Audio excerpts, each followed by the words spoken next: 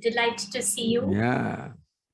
Swamiji, if consciousness, because it's Satchitananda, it reflects, it is all powerful, all omniscient, then why does it reflect through Jiva and make it limited and with all its limitations, Swamiji? Won't the consciousness reflect through its manifestation and also make it all powerful and self-shining? It does, but the problem is with the recognition of what is. Not that consciousness has become small or limited when it manifests through this body-mind complex. We recognize as limited. That the sun reflects in a pool of water. What reflects? Same sun, same brightness. But if the water is dirty, then the reflection appears, hazy. If the water is moving, then reflection also appears to be moving. So therefore, the limitedness, the impurities, the restlessness that we feel about ourselves, it all belongs to the reflecting medium, namely our mind, along with the body, and not what reflects. The image is the same. The conclusion of limitedness, of impure self, of restlessness, it all belongs to the reflecting medium, which is mind, and not what reflects, namely the self. Therefore, we can now also, if you look at ourselves, say, I'm restless. Ask myself, what is restless? Who says I'm restless? You may have heard this Pujya Swamiji's, conversation with the person who said, Swamiji, I'm restless. Swami says, no, you're all silence. Swamiji, I'm restless. You're all silence. I'm restless. You're all silence. That fellow became really restless, and Swami said, there's a time limit now. And so Swami said, okay, how do you say you're restless? I know I'm restless. How do you know you're restless? My mind is restless.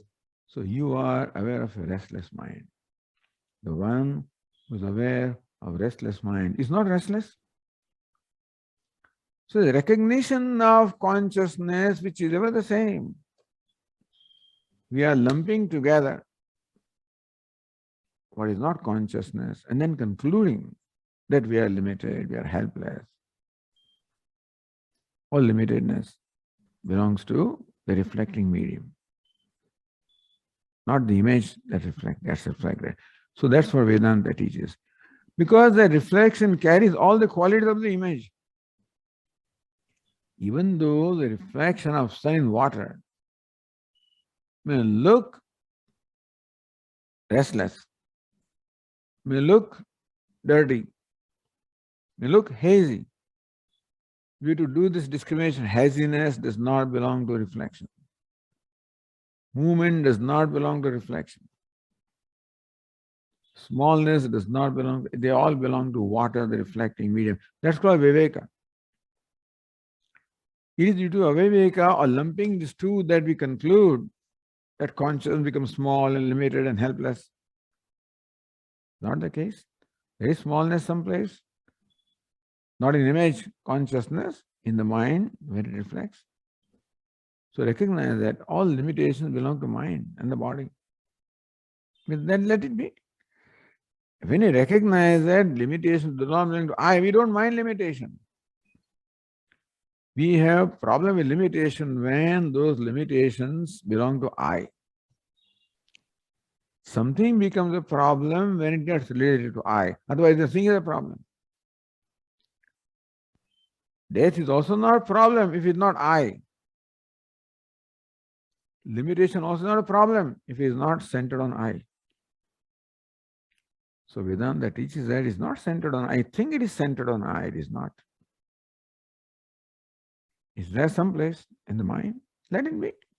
If I know it's in mind, I don't mind. I don't mind mind being limited. I mind I being limited. You follow? So this is what we are invited to recognize, that there are limitations, but not in I. In that case, it doesn't matter. Let me. You can enjoy the limitation as long as it does not belong to you. And it becomes something that you can watch and enjoy. Thank you, Swamiji. Yes.